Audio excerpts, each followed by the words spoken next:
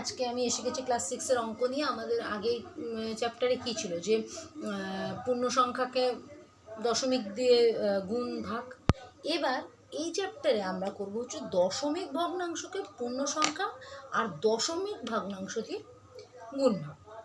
দশমিক কি আমাদের শুধু তখন ছিল ভগ্নাংশকে, এমনি ভগ্নাংশকে আমি পূর্ণ সংখ্যা আর ভগ্নাংশ দিয়ে গুণ ভাগ করেছি। এবার হচ্ছে দশমিক ভগ্নাংশ যদি থাকে তখন আমরা সেটাকে কি করে গুণ বা ভাগ করব। দেখো আমি এদিকে লিখে রেখেছি। একটা প্রথমটা হচ্ছে দুটো দশমিক। আচ্ছা, আগে একটা পূর্ণ সংখ্যা একটা দশমিক করি, গুণ করি। দেখো একটা পূর্ণ সংখ্যা দেওয়া আছে 4, আর তার সঙ্গে গুণ করা হচ্ছে একটা দশমিককে। কি করতে পারি আমরা তো দশমিকটাকে তুলতে জানি। এই দশমিকটাকে এমনি ভগ্নাংশে করে দিই না, আমরা তো জানি। এটা মানে একটা ঘর এসে পয়েন্ট আছে মানে নিচে কত হবে, 10 হবে, মানে 2/10 হয়ে গেল।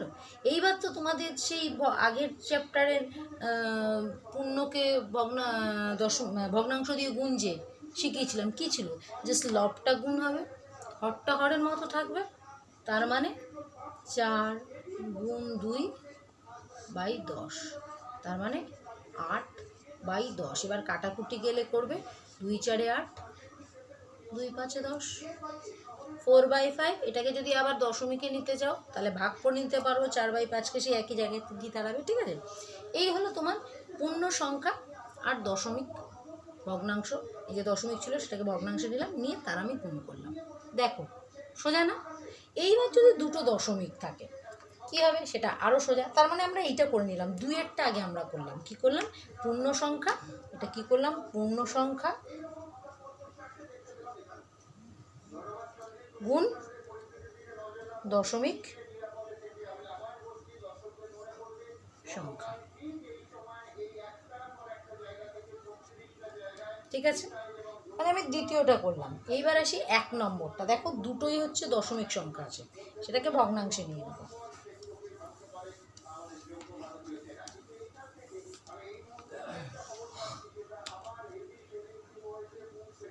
(1.2 × 0.8) ঠিক আছে, এটাকে এবার আমাদের করতে হবে কি, আমরা প্রথমে কি করব, দশমিকটাকে তুলে দিয়ে জাস্ট ভগ্নাংশে পরিণত করে নিই। দেখো কি হবে, এটার পরে সে কী হবে, 12/10 গুণ 8/10। ঠিক আছে, এবার কি করো, জাস্ট লব লব গুণ করো, হর হর গুণ করো। কত হবে, 10 10 করলে হচ্ছে 100, আর 8 12 কত, 96 হলো। এইবার এটাকে কিন্তু দশমিকে করা যায়। দেখো একটা জিনিস দেখো খুব ভালো করে, যখনই কোনো পূর্ণ সংখ্যাকে এই যে নিচে দেখো 10 বা 100 এসব দিয়ে যখন ভাগ করা হয় তখন ডান দিক থেকে ততগুলো ঘর দশমিক সরে। মানে এটাকে যদি আমি দশমিকে করি কি হবে বলো তো,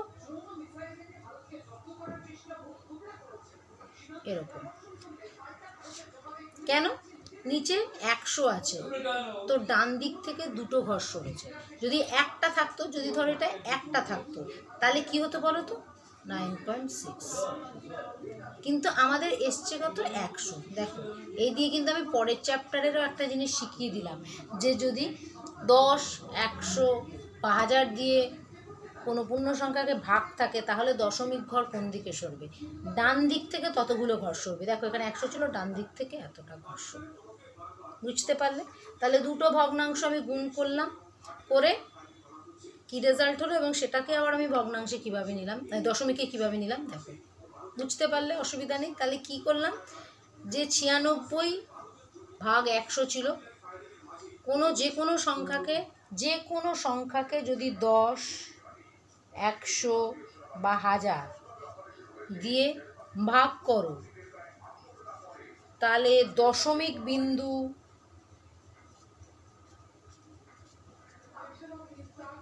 ডান দিকে সরে। মানে ডান দিক থেকে দশমিক বিন্দু তত ঘর ডান দিকে সরে আসে। মানে এটা আমার যদি ডান দিক, এদিক থেকে কাউন্ট হবে, দশমিক বিন্দু ডান দিক থেকে শুরু করে বাম দিকে আসে।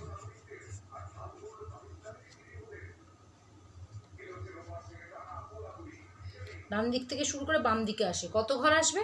শূন্য যতগুলো আছে, এখানে 10, একটা শূন্য তার মানে 1 ঘর আসবে, এখানে মানে 2টো, এটা মানে এখানে একটা দিয়ে দিই, এটা মানে 3টে। দেখো আমার তাই এসছে, ডান দিক থেকে শুরু করে বাম দিকে এসছে, এদিক থেকে শুরু করে কাউন্ট শুরু করেছি, ডান দিক থেকে কাউন্ট শুরু হচ্ছে, 2টো শূন্য ছিল, 2টো এলো এটা। বোঝাতে পারলাম?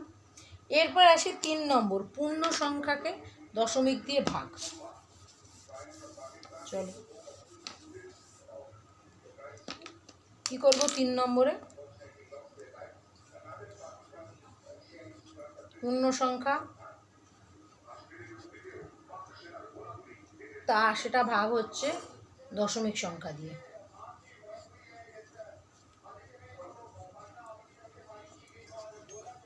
কি আছে? 64 ভাগ 0.8। যখনই দশমিকে থাকবে আমরা সেটাকে প্রথমেই কাজ, আমাদের ফার্স্ট কাজ হচ্ছে ভগ্নাংশে নিয়ে নেওয়া। 64 থাক, ভাগ ভাগ থাক, এটা আমরা কি করতে পারি? 8/10 হয়ে গেল। এইবার ভাগটা তো ভাগ করে লিখি না, আমরা গুণ করে লিখি। ভাগটা যখন গুণ হয়ে যায় তখন কি হয়? উল্টে যায়, লবটা হর, হরটা লব জানি আমরা। তাহলে কি করব? 64 গুণ, এবার কি হবে? এটা 10, এটা 8। ঠিক আছে। এইবার দেখো আমরা জানি ভাগে থাকলে কাটাকুটি যায়। 64টার নিচেও তো 8 আছে, ভাগে আছে, 10-এর নিচেও 8 আছে। এবার 8 8-এ 64 কেটে যায়, 8 আর 8 কেটে গেল। এবার এই 8 আর এই 10 গুণ হবে, তার মানে হচ্ছে 80। দেখো বুঝলে কি? আমার পূর্ণ সংখ্যা ছিল, দশমিক সংখ্যা ছিল, ভাগ করছি। ভাগ করতে গেলে আগেই দশমিক সংখ্যা তুলে দিয়ে আমরা ভগ্নাংশে নিয়ে নিলাম। ভগ্নাংশে নিয়ে নিলে আবার সেই আগের চ্যাপ্টারে তোমরা করেছো, পূর্ণ সংখ্যাকে ভগ্নাংশ দিয়ে ভাগ করতে হলে যা করতে হয় জাস্ট সেটা হয়ে গেল, ইজি। এইবার আসছে আমাদের লাস্ট, দশমিককে দশমিক দিয়ে ভাগ।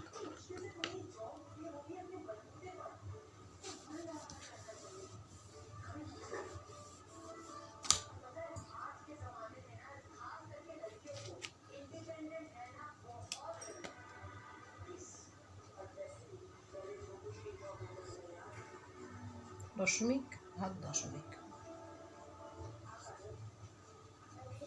কিরম আছে দেখো, 31.25 ভাগ 0.25।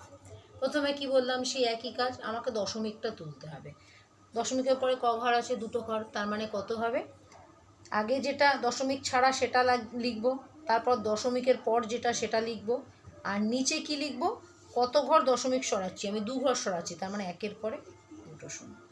ভাগ, এটাতেও তাই লিখবো, শূন্য লেখো চাই না লেখো একই ব্যাপার, 25, নিচে হচ্ছে 1টা 2টো। এবার 2টো ভগ্নাংশ পেয়ে গেলে তো। ভগ্নাংশের ভাগ কিরম শিখিয়েছি? 31 25 গুণ 25, গুণ 25 না, এটা উল্টে যাবে, এখানে হবে 100, নিচে হবে 25, আর এইটাতে হবে হচ্ছে 100। ঠিক আছে, 100 100 কেটে গেল। এবার 25, তার মানে থাকলো হচ্ছে 31 25/25। এবার এটাকে যদি ভাগ করো, 31 25, এটাকে যদি ভাগ করো, আমি ক্যালকুলেটর দিয়ে করছি, তোমরা এমনি করবে। 31 25 ভাগ 25, 125 হয়।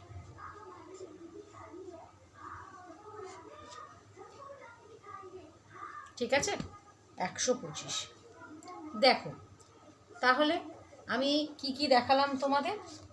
যদি 2টো দশমিক সংখ্যা থাকে তাহলে গুণ করলে, মানে দশমিক ভগ্নাংশ থাকে যদি, তাদের গুণ কিভাবে করতে হয়, পূর্ণ সংখ্যা আর দশমিক থাকলে কিভাবে গুণ করতে হয়, কিভাবে তাদের ভাগ করতে হয়। এবং এর মাঝে আমি আরও একটা জিনিস তোমাদের বলে দিয়েছি, যেটা পরের তোমাদের চ্যাপ্টারে আছে। সেটা হচ্ছে, যদি কোনো সংখ্যা আছে তাকে নিচে 10 বা 100 বা 1000 দিয়ে ভাগ করলে দশমিক সংখ্যা ক ঘর সরবে। কি বললাম? ধরো আছে 375, ঠিক আছে।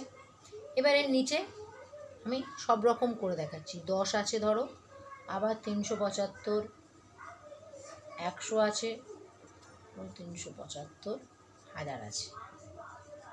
এবার ভাগ না করে আমি কি করে এটা করব? ভাগ না করে এটা কি হয়? ভাগ করলো মানে 10 দিয়ে ভাগ করছি মানে একটা দশমিক আসবে। কোথায় আসবে দশমিকটা?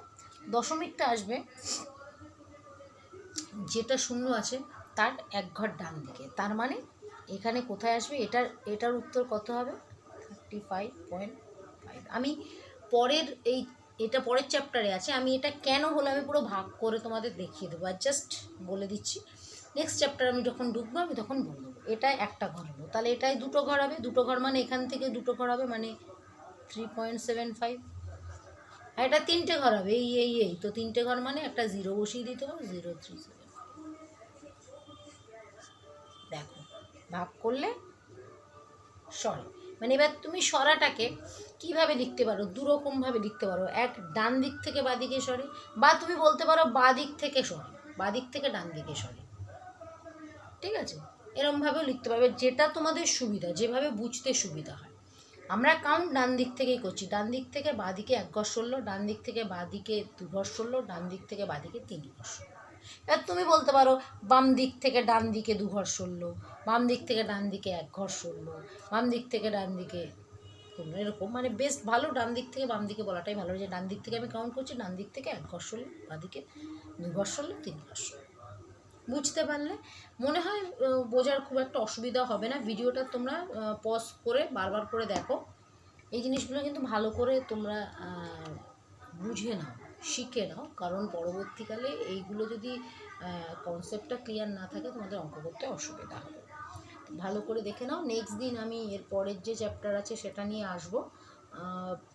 যদি তোমাদের এখানে অনুশীলিত অনেক অঙ্ক আছে, যদি মনে হয় কোনো অঙ্কটা আটকে যাচ্ছে আমাকে বলো, আমি করে দেবো। আমি আর অনুশীলনের অঙ্ক নিয়ে আসছি না, কারণ সোজা, একদমই সোজা। তবুও তোমাদের কাছে আমি অপশান চাচ্ছি, যদি তোমাদের দরকার হয়, প্রয়োজন হয়, আমি তাহলে নিশ্চয়ই পরবর্তীকালে এই অনুশীলনের অঙ্কগুলো নিয়ে আসবো, বা যেটা আটকে যাচ্ছে সেটা নিয়ে আসবো।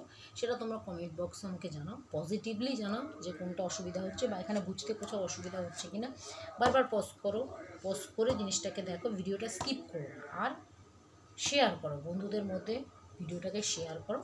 আর যেটা ভুলবে না সেটা হচ্ছে সাবস্ক্রাইব করতে, কারণ সাবস্ক্রাইব করতে ভুলে গেলে আমি নতুন যে ভিডিওটা আনবো তোমরা তো জানতে পারবে না। তাই সাবস্ক্রাইবটা করে রাখো, যাতে নতুন যেই তোমাদের এই অঙ্কের চ্যাপ্টার নিয়ে আমি আসবো তোমাদের কাছে ইনফরমেশানটা চলে যাবে। এবং পরবর্তীকালে আমি কিন্তু বিজ্ঞানটাও নিয়ে আসবো, ফিজিক্যাল সায়েন্সটাও নিয়ে আসবো। আমি আস্তে আস্তে একটা করে করছি, আগে অঙ্কটা করছি, এরপরে আমি তোমাদের ক্লাসে বিজ্ঞানটা নিয়েও আসবো, ঠিক আছে? তো সবাই ভালো থেকো, আর বেশি বেশি করে আমার ভিডিও দেখতে থাকো। টাটা।